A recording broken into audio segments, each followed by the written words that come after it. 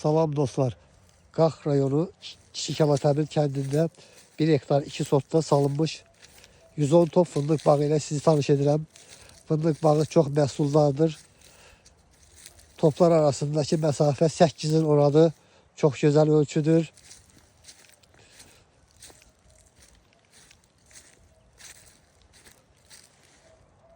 Sənədi var, çıxarış.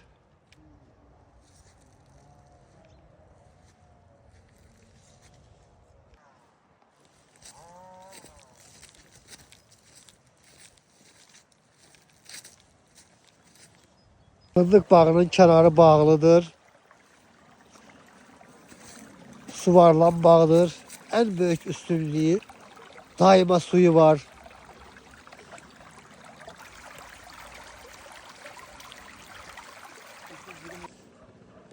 İşıq, internet xətti bağın tam yanındadır.